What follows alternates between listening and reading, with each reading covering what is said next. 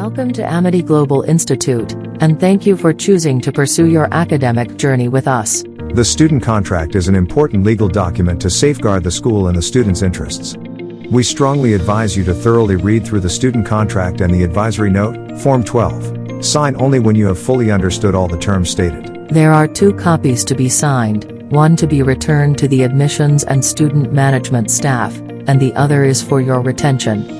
If any amendments are made to the contract, you will have to countersign to acknowledge the changes. If you are below the age of 18, you will need to be represented by your parent/legal guardian. Take note that you are not fully enrolled with Amity Global Institute until the student contract and advisory note are duly signed and returned by you. Payment of course fee can only be made after the student contract is signed.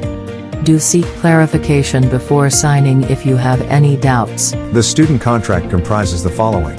Section 1. Course information and fees. 2. Refund policy. 3. Additional information. Schedule. A. Course details. B. Course fees. C. Miscellaneous fees. D. Fee refund table.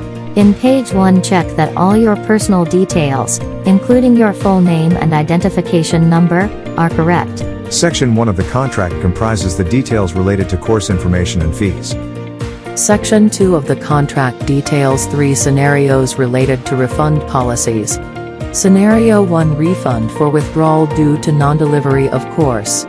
If this scenario happens due to any of these 6 listed reasons, student should be informed in writing of alternative study arrangements, if any, and also be entitled to a refund of the entire course fees and miscellaneous fees already paid should the student decide to withdraw, within 7 working days of the above notice. Scenario 2: refund for withdrawal due to other reasons. If the student withdraws from the course for any reason other than those stated in Clause 2.1, the private education institution will, within 7 working days of receiving the student's written notice of withdrawal, refund to the student an amount based on the table in Schedule D. Scenario 3: refund during cooling off period. The private education institution will provide the student with a cooling off period of 7 working days after the date that the contract has been signed by both parties. The student will be refunded the highest percentage, stated in Schedule D, of the fees already paid if the student submits a written notice of withdrawal to the private education institution within the cooling off period, regardless of whether the student has started the course or not. Refer to Section 3 additional information relating to the governing law and dispute resolution. Schedule A defines the course details such as course title, prerequisites, qualification awarded, and schedules. The modules you will be undertaking and the course schedule are described here. In Schedule B, the first table shows the fee breakdown of the total course fees payable by students. The Fee Protection Scheme, FPS, protects the total course fees payable. In the second table, you will see the installment schedule and the amount and the payment due date. Remember to pay your course fees before the due date to avoid incurring any late payment fees. Also, note that you will have to pay bank charges for every partial payment transaction. If you have any questions, you can contact our Admissions and Student Management (ASM) department.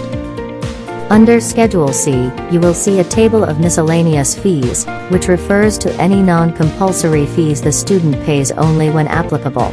Such fees are only collected when the need arises. As mentioned earlier in Section 2, the refund amount details are listed in Schedule D. Once you have gone through the student contract, have fully understood, and agreed to all the terms and conditions stated, please initial at the bottom right corner of every page and sign the final page. If you are below the age of 18, you will need to be represented by your parent/legal guardian. They will need to read and sign the contract. Important things to note are, no fields are to be left blank. Please indicate not applicable wherever non-applicable. Any amendments made to the contract must be endorsed by you and the school. The contract is only valid for the admission of the course stated. The contract must be signed before any payment is made, except for the application fee. After signing the contract, you are required to return the student contract and advisory note to Amity Global Institute. Please refer to the details on submitting these documents as indicated in the email you received from the school. Amity Global Institute provides a range of student support services. Please feel free to approach us at our campus, or call or email to us. Contact details are available on our website www.amitysingapore.sg. We look forward to seeing you at Amity Global Institute.